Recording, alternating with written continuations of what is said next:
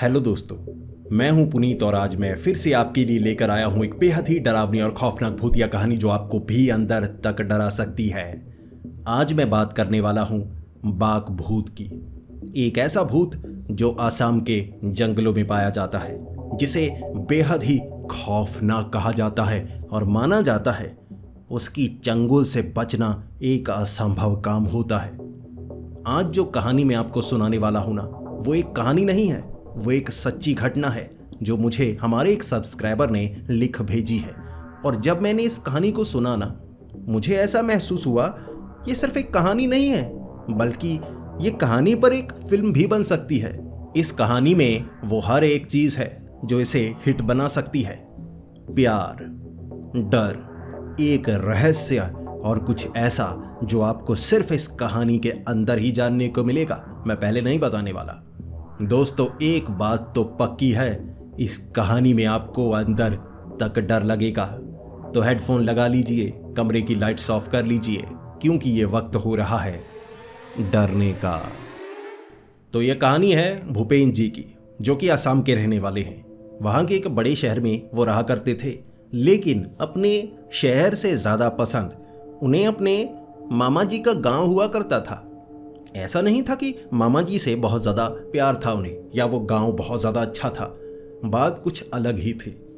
अब भूपेन अपने मामा जी को ज़्यादा पसंद नहीं करता था, क्योंकि मामा जी थे एक सरकारी नौकरी करने वाले, बड़े अकड़ू थे और बार बार जो भूपेन को नीचा दिखाया करते थे।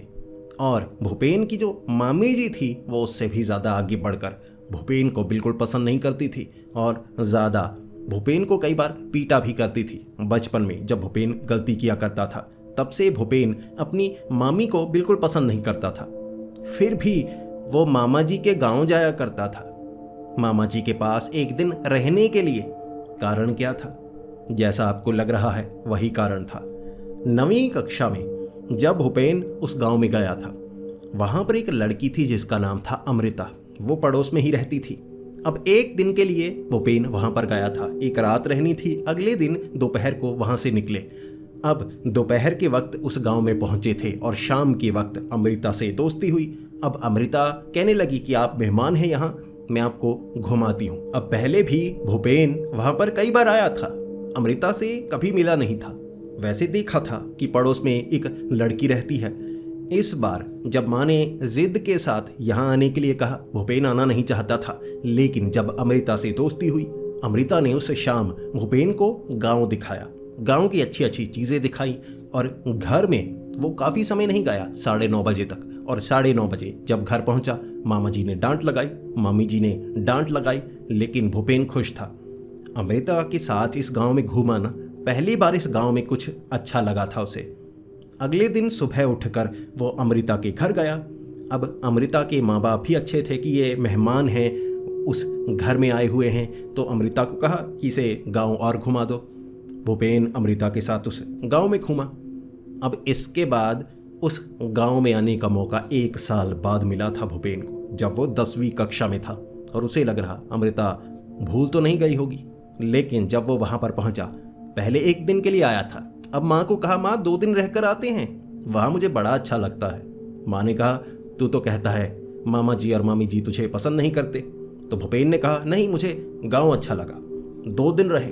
अमृता वहाँ उसे घुमाती रही। कुछ जंगली इलाके थे वो दिखाए, और अमृता को जो भूपेन था पसंद करने लगा था। 1 साल बाद मिलने का मौका मिला, फिर भी उसकी यादें उसके दिमाग पर असर कर चुकी थी। जिसके बाद 11वीं में उसे वहाँ जाने का मौका ही नहीं मिला। वो तो कहता रहा, माँ जाकर आते हैं। अब भूपेन के पिता की सेहत खराब थी, जब छुट्टियाँ थी तो वो जा नहीं पाया। 12वीं कक्षा में उसे जाने का मौका मिला और उसे लग रहा था अमृता गांव को छोड़कर चली तो नहीं गई होगी, लेकिन वो नहीं गई थी। वो खुद इंतज़ार कर रही भूपेन का। जैसे भूपेन को दिल लगी सी हो गई थी उससे, और वो अमृता वो भी जैसे भूपेन को पसंद करने लगी थी। दोनों तरफ से कुछ कहा नहीं गया, लेकिन बातों बातों में दोनों को एहसास हो रहा था कि दोनों एक दूसरे का बहुत ज़्यादा इंतज़ार करते हैं। अब 12वीं कक्षा हो गई थी, ग्रेजुएशन की स्टार्टिंग हो गई थी। भूपेन भी बड़ा हो गया था, अपनी मर्जी से वो जा सकता था गांव। अब उसने सबसे पहले अपने पिता को कहा देखिए पिताजी, आप कहा करते थे 12वीं कक्षा तक मैं छोटा हूँ, जैसे ही 12वीं कक्षा कर लूँगा मैं बड़ा हो जाऊँगा, मैं खुद जा सकता हूँ कहीं रिश्तेदारों के पास, मैं मामा जी के पास जाना चाहता हूँ। तो माँ ने कहा, अकेले वहाँ क्यों जाना चाहते हो? मैं वहाँ रहती हूँ, तुम कहते हो मेरे होते हुए वो नहीं डांटते, अकेले जाओगे वो डांटेंगे ना। भूपेन ने कहा, नहीं, मुझे वहाँ पर जाना है। जिद के साथ उसने कहा, मुझे 5 दिन वहाँ पर रहकर आना है। अब बात कर लीजिए मामा जी से। भूपेन चला गया उस गांव में। अब उसने अमृता को सरप्राइज दिया कि अब मैं 5 दिन यहाँ पर रहने के लिए आया हूँ। उसने पूछा भी अब अमृता से, तुम्हारा कोई बॉयफ्रेंड तो नहीं है? इस गांव को छोड़कर तुम जाओगी तो नहीं? अमृता खुद चाहती थी कि भूपेन ये बात करे, जैसे ये एक अजीब सी लव स्टोरी थी उनकी, बिल्कुल सही चल रही। अब इसके बाद अमृता भी भूपेन को पसंद करने लगी थी, तो अमृता ने कहा कि चलो गांव में तो काफ़ी घूम लिया, तुम्हें वो इलाके दिखाती हूँ जो यहाँ से आगे के हैं। खाली चलते हैं जहाँ कोई ना हो, अकेले बैठकर कुछ बातें करेंगे। यहाँ गांव में तो हर कोई करीब ही होता है, हम कोई खास बात कर नहीं पाते। तो भूपेन को लगा कि चलो चलते हैं। अब रास्ते में अमृता की सहेलियाँ मिल गई, तो अमृता की 4-5 सहेलियाँ, वो कहने लगी, यही है ना भूपेन जिसकी तुम बातें किया करती हो कि छुट्टियों में आता है, बड़ा अच्छा लगता है इसके साथ घूमने में, तो हम भी इसके साथ घूमेंगी। अमृता कहने लगी, नहीं, हम कुछ आगे घूमने के लिए अकेले जा रहे थे।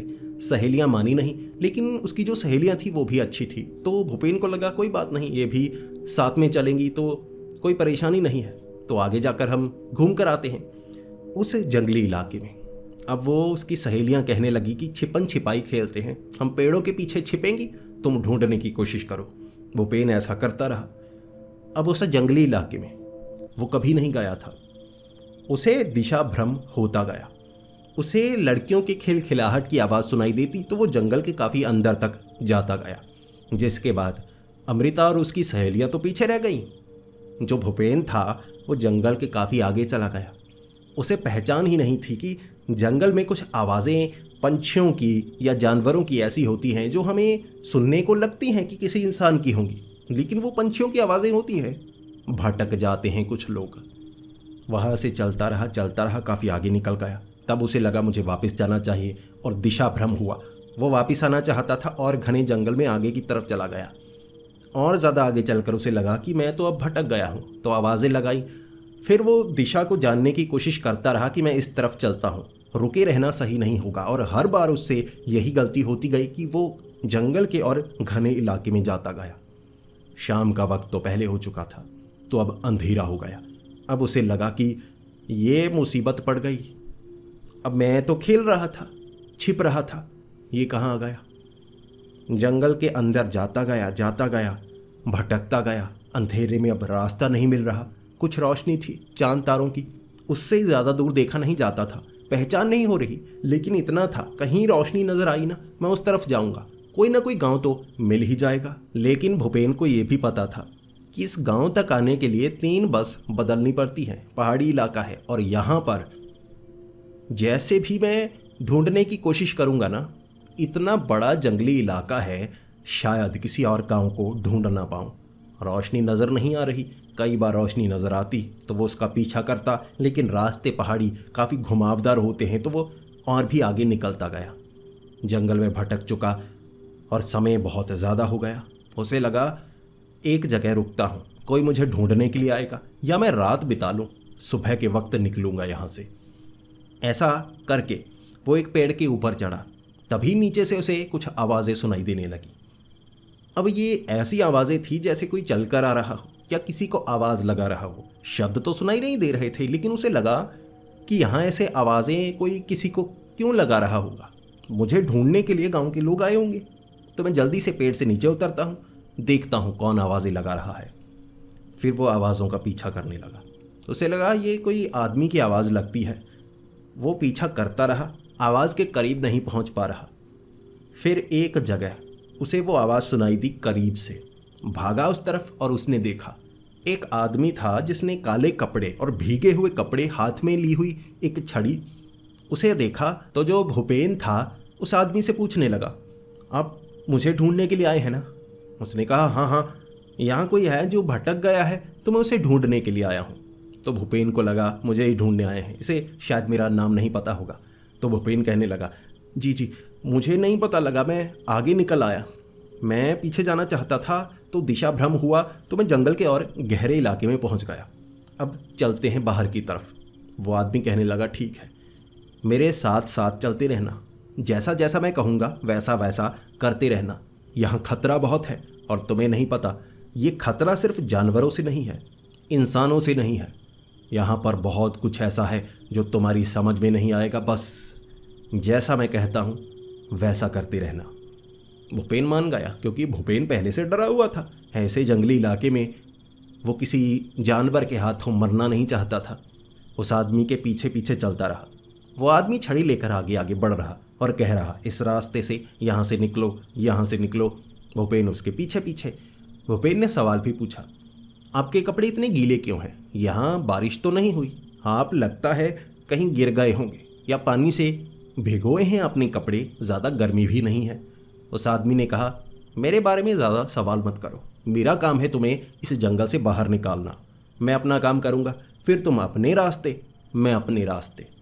भूपेन चुप नहीं रहता था, कोई उसकी मदद कर रहा है, वो सुरक्षित महसूस कर रहा था, इसीलिए वो भी सवाल कर रहा। थोड़ा मजाकिया बनना चाहता था कि मैं अच्छा लड़का हूँ, उसके सामने थोड़ा अच्छा बनूँ।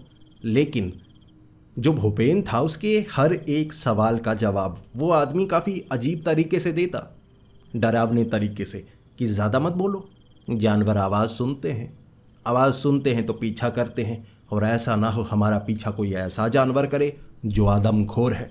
अब आदमखोर जानवर से तुम्हें मैं बचा नहीं पाऊँगा। जब वो आदमी यह बातें कर रहा, भले ही जानवरों की ये बातें आपको डरावनी ना लग रही हों, लेकिन एक घने जंगल में जब आप अकेले हो ना, चारों तरफ से आ रही आवाज़ें, और आपको पता है आदमखोर जानवर यहाँ पर मौजूद हैं, ये शब्द सबसे डरावने होते हैं, डरावनी कहानियों से भी ज़्यादा डरावने। भूपेन डर रहा था। भूपेन उसके पीछे पीछे चुप करके, पत्तों पर पैर रखने की आवाज़ आती, झाड़ियों को पीछे करने की आवाज़ आती। अब उससे भी उसे डर लगने लगा था। उसने डराया ऐसा था कि आदमखोर जानवर आ जाएंगे, मैं भागूंगा, तुम्हें बचना होगा, तुम देखना। भूपेन पीछे पीछे चुप करके चलता गया। फिर कुछ आवाज़ें आईं। ऐसा लग रहा था ये पंछियों की आवाज़ें हों जो पेड़ पर कुछ हिले हों। कोई पंछी किसी पेड़ से उड़कर दूसरे पेड़ पर गया होगा, पंखों के फड़फड़ाने की आवाज़, और कई पंछियों की आवाज़ें ऐसी आईं। तो उस आदमी ने कहा, रुको रुको, यहाँ मुझे लगता है पेड़ पर कोई तेंदुआ या ऐसा कोई जानवर चढ़ा है जो घात लगाए हुए है, सामने गए हम मारे जाएंगे। भूपेन चुप करके खड़ा हो गया। जैसा वो कह रहा भूपेन वैसा कर रहा। फिर उसने कहा, चलो मेरे साथ, मुझे लगता है उसने हमें सूंघ लिया है। भूपेन उसके पीछे पीछे, वो भागने लगा और भूपेन उसके पीछे भाग रहा। पीछे से कोई आवाज़ तो नहीं आ रही। भूपेन ने पूछा, पीछे कोई नहीं है? उसने कहा, कई जानवर अपने पंजों को ऐसे रखते हैं कि आवाज़ नहीं आती, चलो मेरे पीछे। भूपेन पीछे जाता रहा और वो एक ढलान के नीचे लेकर गया। एक तालाब, एक पानी वाला इलाका बना हुआ था, और वो कहने लगा, उसने सूंघ लिया है, हम जहाँ तक भागेंगे वो पीछे आएगा, और जब हम किसी पेड़ पर चढ़ जाएंगे, उसे पेड़ों पर चढ़ना आता है, वो हमें मारेगा, कहीं ना कहीं तो हम रुकेंगे ना, मारे जाएंगे। मेरी बात मानो, मैं तो इस पानी के अंदर जा रहा हूँ, पानी के अंदर जाएंगे तो हमारे शरीर की बदबू या खुशबू कुछ नहीं आएगा, वो सूंघ नहीं पाएगा, पानी के आसपास सूंघ कर वो निकल जाएगा। ऐसे बचा जाता है यहाँ। अब समझ लो मेरे शरीर पर पानी क्यों लगा है, मैं ऐसे बचता हूँ। चलो मेरे साथ, इस तालाब के बीच कुछ समय यहाँ पर गुजारेंगे और दूसरी तरफ से निकलेंगे। जो पीछा कर रहा है वो पीछा नहीं कर पाएगा।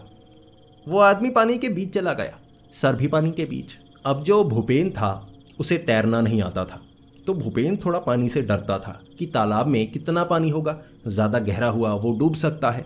उसे तैरना नहीं आता, वो बचाएगा या नहीं बचाएगा, कुछ जवाब भी नहीं दिया। और वो पानी के अंदर है, यानी पानी तो गहरा है, सांस लेने में परेशानी होगी। वहाँ पर भूपेन खड़ा हो गया। फिर वो आदमी पानी के बाहर आया और कहने लगा, रुके क्यों हो, पानी के अंदर आओ, जिंदा रहना चाहते हो तो पानी के अंदर आ जाओ, दोबारा मौका नहीं मिलेगा। घात लगाई है उसने, वार कर देगा, घात लगाई है, वार कर देगा। भूपेन जानवर से भी डर रहा तो पानी से भी डर रहा कि यहाँ तो मैं वैसे भी डूब कर मारा जाऊँगा, क्या करूँ मैं, मुझे तैरना नहीं आता। वो आदमी कह रहा, कोई बात नहीं, मैं देख लूँगा, मैं खुद ही देख लूँगा। भूपेन कहने लगा, नहीं, ऐसा करता हूँ, मैं घूमकर दूसरी तरफ आ जाता हूँ। यहाँ आसपास हर जगह गीली है, बच जाएंगे हम। वो आदमी कह रहा, नहीं, पानी में तो आना होगा, तुम्हें पानी में आना होगा, हाथ दो, हाथ दो, मैं तुम्हें बचाता हूँ। भूपेन अब क्या कर सकता था, उस पर भरोसा तो करना था। उसने कहा, मैं बचा लूँगा। भूपेन ने हाथ दिया, उसने हाथ पकड़ा। जब हाथ पकड़ा वो खींचने लगा। भूपेन डर रहा, वो धीरे धीरे पानी में जाना चाहता था। उसने खींचना शुरू कर दिया। मिट्टी पत्थर थे जहाँ पैर फंसा लिया भूपेन ने, और भूपेन कह रहा, जानवर होता तो अब तक आ चुका होता। नहीं नहीं, मैं पानी में नहीं जाऊँगा। वो कहने लगा, कैसे नहीं जाओगे, पानी में तो आना होगा। भूपेन डर चुका था और कहने लगा, नहीं नहीं, मेरा हाथ छोड़ो, हाथ छोड़ो, मैं पानी में नहीं आने वाला। तब वो आदमी जो मददगार बना हुआ था, उसका चेहरा धीरे धीरे जैसे नीचे की तरफ लटक रहा, और उसका जो शरीर था ना, वो किसी इंसान जैसा नहीं लग रहा, मछली की तरह चमकने लगा था। चेहरा भी मछली की तरह चमक रहा, जैसे तेंदुए के बीच में धब्बे होते हैं ना, उसके चेहरे पर धब्बे थे, बड़ी बड़ी आंखें थी और कई लटें। बिल्कुल ऐसा लग रहा जैसे शरीर के छोटे छोटे अंग जैसे बालों की तरह हिलते हुए निकल रहे। और तब समझ गया भूपेन, ये कोई इंसान नहीं है जो मेरी मदद करना चाहता है। सुना है मैंने, यहाँ जंगलों में जो भूत पाए जाते हैं, लोग कहते हैं बस कहानियाँ हैं। बाघ भूत की कहानियाँ बड़ी सुनने को मिलती हैं। जो नहीं मानते वो कहते हैं ऐसा कुछ नहीं होता। जिनका सामना होता है वो बताते हैं ये बेहद खतरनाक होते हैं। ये कोई साधारण भूत नहीं है जो नज़र आते हैं, डराते हैं, भगाने की कोशिश करते हैं, या वैसे भूत भी नहीं जो हावी हो जाते हैं। ये वैसे भूत हैं जो सामने आए तो मौत के घाट उतार देते हैं, और पानी इनकी शक्ति होती है। इसीलिए भूपेन को पानी में लाना चाहता था। पानी के अंदर डुबो कर मारते हैं, तड़पा कर मारते हैं। बाघ भूत भयानक होते हैं, पानी से निकलने नहीं देते, और इस बार बाजू पकड़ रखी थी उसकी। भूपेन कुछ कर नहीं सकता था। भूपेन खींचता रहा, और उसमें जैसे शक्ति बहुत ज़्यादा थी। भूपेन की बाजू को वो खींच रहा, यहाँ से हड्डी के चटकने की आवाज़ आई थी, लेकिन भूपेन ज़िंदगी बचाना चाहता था। दर्द होने लगा लेकिन वो कुछ कर नहीं सकता था। लेकिन उसे ये भी पता था, बचूंगा कैसे, वो छोड़ेगा नहीं, वो छोड़ेगा नहीं। और तब एक अजीब चीज़ हुई। भूपेन ने देखा किसी ने पीछे से उसकी बाजू पकड़ी। भूपेन ने पीछे मुड़कर देखा। अब ये जो था ना, वो और भी अजीब सा था।